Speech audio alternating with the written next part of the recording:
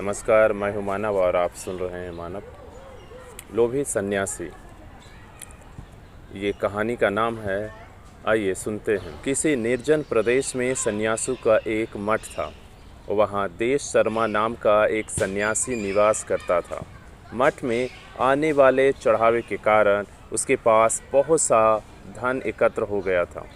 धन के इकट्ठा हो जाने के कारण वह किसी पर विश्वास नहीं करता था और उस संचित धन की दिन रात निगरानी करता रहता था। नमस्कार, मैं हूं मानव और आप सुन रहे हैं मानव। दूसरे के धन को हड़पने वाले आसन मूर्ति नाम का एक धूर्त ने सन्यासी के कक्ष में रखी उस द्रव्य राशि को देखकर सोचा कि किसी तरह यह धन हड़पना चाहिए।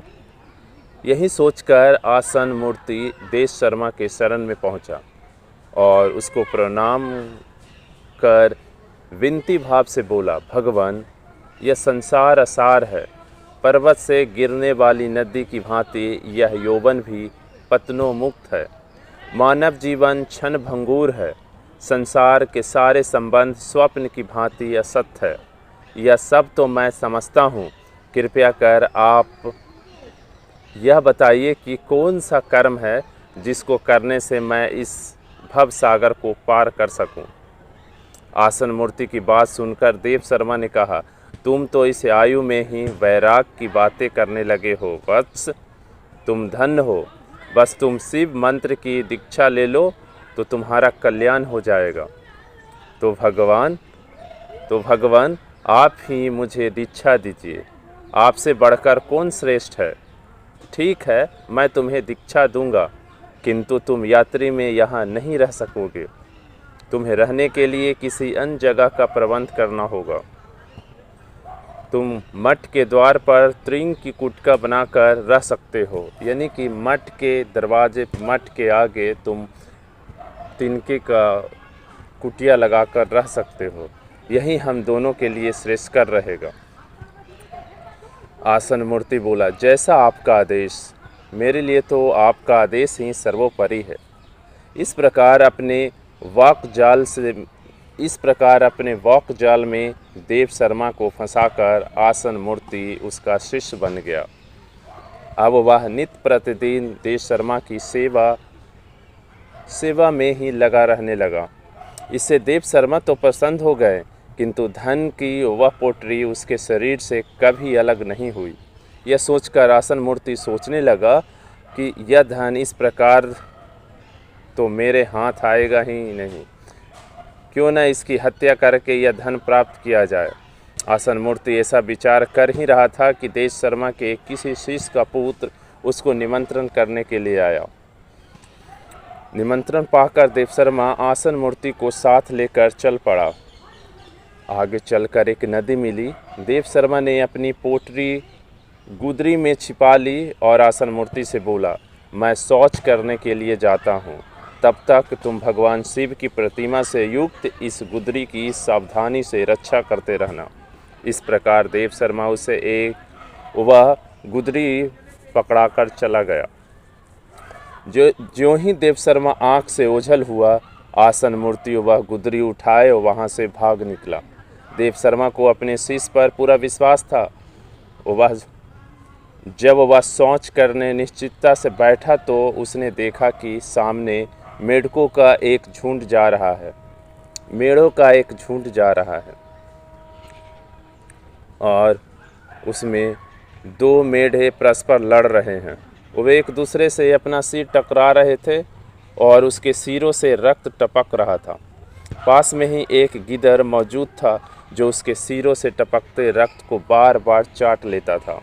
देव शर्मा सोचने लगा कि यह गिदर कितना मूर्ख है। यह नहीं जानता कि यदि परस्पर लड़ते मेढ़ों के बीच फंस गया तो इसका प्राणांत हो जाएगा, इसकी मौत भी हो जाएगी। इसी प्रकार वह विचार करते हुए जब देव शर्मा वापस अपने स्थान पर लौटा तो उसने आसन मूर्ति को गायब पाया। उसने अपनी गुदरी टटोरी तो धन की पोटरी नहीं मिली। अब तो देव शर्मा की आंखें के सामने अंधेरा छा गया।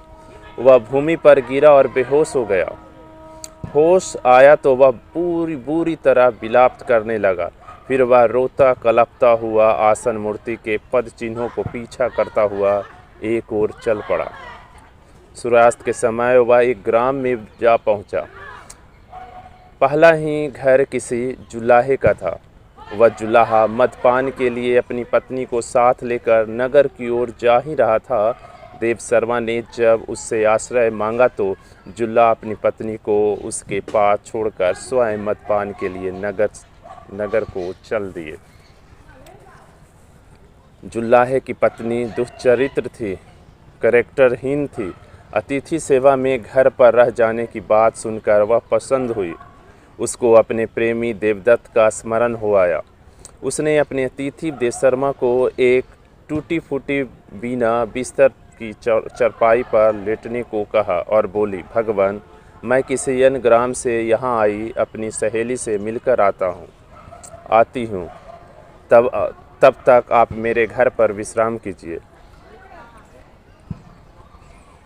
इस प्रकार जब वह बन ठन कर अपने प्रेमी से मिलने जाने लगी, तभी नशे में चूर उसका पति लौट आया। पति को आता देख जुल्लाहे की पत्नी वापस अपने घर में घुस गई, किंतु जुल्लाहे ने उसे बन ठन कर जाते और वापस लौटते देख लिया था। अपनी पत्नी को दुराचार की बात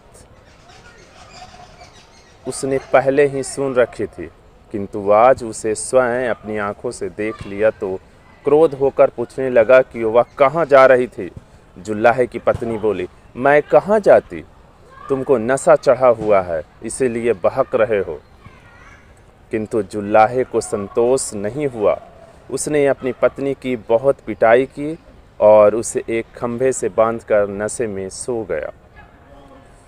थोड़ी देर बाद जुल्लाहिन की एक सहेली, जो एक नाई की पत्नी थी, ने आकर उसे बताया कि उसका प्रेमी देवदत्त उसकी प्रतीक्षा कर रहा है। तो वह कहने लगी कि वह कैसे जा सकती है, उसको तो एक खंभे से बांध दिया गया है। उसने अपनी सहेली से कहा कि वह जाकर उसको कह दे कि आज रात उसका आना संभव नहीं है। नाइन कहने लगी कि यह तो उल्टा का धर्म नहीं। तब जुल्लाहिन ने कहा कि फिर वही बताए कि वह किस प्रकार जा सकती है। इस पर नाइन कहने लगी कि अपने स्थान पर वह उसको बांध दे। उसका पति नशे में प्रातः तक सोया पड़ा रहेगा। उसके जागने से पूर्व ही वह आकर उसके बंध मुक्त कर स्वयं बंध जाएगी।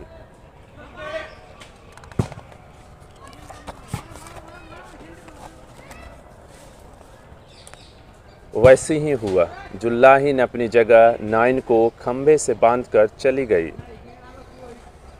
उसके जाने के कुछ ही देर बाद जुल्लाहे की नींद खुल गई। उसका नशा भी कम हो गया था। उसने नाइन को अपनी पत्नी समझकर यह कहा कि यदि वह भविष्य में दुराचार न करने का वचन दे तो वह उसको बंद मुक्त कर सकता है। किंतु बोलने पर कहीं जुल्लाह उसकी आवाज़ पहचान न ले, यही सोचकर भयभीत नाई ने कोई उत्तर नहीं दिया। उसकी चुप्पी पर जुल्लाहे का क्रोध आ गया। उसने छुरी लेकर उसकी नाक काट डाली। उसके बाद वह फिर जाकर सो गया। अपने प्रेमी से मिलने के बाद जब जुल्लाहिन लौटी तो उसके अपनी सहेली नाइन की दुर्दशा देखी। उसने उसके बंधन खोले और उसके स्थान पर स्वयं बंध गई। जब जुल्लाहे की नींद खुली तो उसने कहा, उल्टा, यदि इस बार भी तुम नहीं बोली तो मैं तेरे कान भी काट लूँगा। यह सुनकर उसकी पत्नी कहने लगी, मूर्ख, मुझ जैसी सती सावित्री का अपमान करने का साहस किसमें है? यदि तुम में सतीत्व है तो देवता गण मेरी नाक को पुनः उसी स्थान पर लगा दे, और यदि मुझ में तनिक भी पर पुरुषार्थ की आकांक्षा हो तो वे मुझे भस्म कर दे। इस प्रकार कहने के बाद कुछ क्षण उपरांत वह बोली, मूर्ख, देख, मेरे सतीत्व के प्रभाव से मेरी नाक पुनः यथास्थान लग गई है। जुल्लाहे ने जब अपनी पत्नी की नाक यथास्थान देखी तो वह आश्चर्यचकित रह गया। उसने तुरंत उसे बंध मुक्त कर दिया और उसकी चटुकारिता करने लगा। देव शर्मा यह सब देख रहा था। वह विचार कर रहा था कि स्त्रियां असुरों की सारी माया जानती है। ये तो हंसते हुए को हंसाकर, ये तो हंसते हुए को हंसाकर, रोते हुए को रोककर और क्रोध व्यक्तियों को अपने प्रिय वाक्यों से वश में कर लेती है। इस प्रकार सोचते हुए देवशर्मा ने वह रात बड़े कष्ट में व्यतीत की। उधर नाई जब अपने घर पहुंची तो उसको अपने नाक को छिपाने के बारे में सोचना पड़ रहा था। वह विचार कर ही रही थी कि उसके पति ने द्वार पर खड़े होकर आवाज़ लगाई कि वह उसके औजारों की पेटी पकड़ा दे, जिससे वह प्रातःकाल नगर में जाकर अपने यजमानों की हजामत आदि कर आए। नाई ने पेटी में से एक उस्तारा निकालकर अपने पति की ओर फेंक दिया, पर इस पर नाई को क्रोध आ गया और उसने वह उस्तरा उठाकर वापस अपनी पत्नी की ओर फेंक दिया। बस फिर क्या हुआ था, क्या होना था। नाइन चिल्ला पड़ी। उसने रोते चिल्लाते हुए कहने आरंभ कर दिया कि उसके पति ने उसके नाक काट दिए हैं। उसका शोर सुनकर नगर रक्षक वहां आ पहुंचा और उन्होंने नाई को बंदी बना लिया। नाई को न्यायालय में उपस्थित कर उस पर आरोप लगाया गया कि उसने अपनी निरपराध पत्नी की नाक काटी है। न्यायाधीशों ने इसका कारण जानना चाहा तो दुखी नाई कोई उत्तर नहीं दे पाया। इस पर न्यायाधीश ने उसके मौन को उसकी स्वीकृति मान ली और उसको प्राण दंड देने का निश्चय कर लिया। सैनिक जब नाई को वध स्थल की ओर ले जाने लगे तभी देवशर्मा न्यायाधीश के पास पहुंच गया। उसने सारी बात बताई तो नाई को तुरंत दोष मुक्त कर प्राण दान दे दिया गया। देवशर्मा अब तक अपना धन जाने का शोक भूल चुका था। वह आगे जाने की अपेक्षा पीछे अपने मठ की ओर लौट चला। यह कथा सुनकर दमकल ने कहा, इसीलिए मैं कहता हूँ कि कभी कभी अपने दोष के कारण भी मनुष्य को हानि उठानी पड़ती है। ऐसी स्थिति में हमको क्या करना चाहिए? कटक ने पूछा। बस एक ही उपाय है, दमकल बोला। मैं किसी प्रकार अपनी बुद्धि के प्रयोग से सजीवन को राजा से पृथक कर दूंगा। इस पर कटक ने आशंका व्यक्त की, तुम्हारे षड्यंत्र का पता यदि पिंगला यानी कि शेर अथवा सजीवन यानी कि बैल को चल गया तो तब मैं अपने बचाव के लिए कोई और युक्ति सोच लूँगा।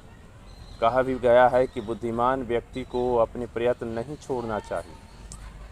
उद्योगी पुरुष को तो देवता भी सहायता करते हैं, जैसे कि विष्णु के चक्र और गरुड़ ने युद्ध में कौलिक की सहायता की थी। सुनियोजित षड्यंत्र के रहस्य का तो ब्रह्मा को भी ज्ञात नहीं होता। अपने सुदृढ़ ढोंग के कारण ही कौलिक ने राजकन्या का उपभोग किया था। कटक ने पूछा, वह किस प्रकार? सुनो, सुनाता हूँ, यही कहानी थी। धन्यवाद सुनने के लिए। नमस्कार, मैं हूँ मानव और आप सुन रहे थे मानव।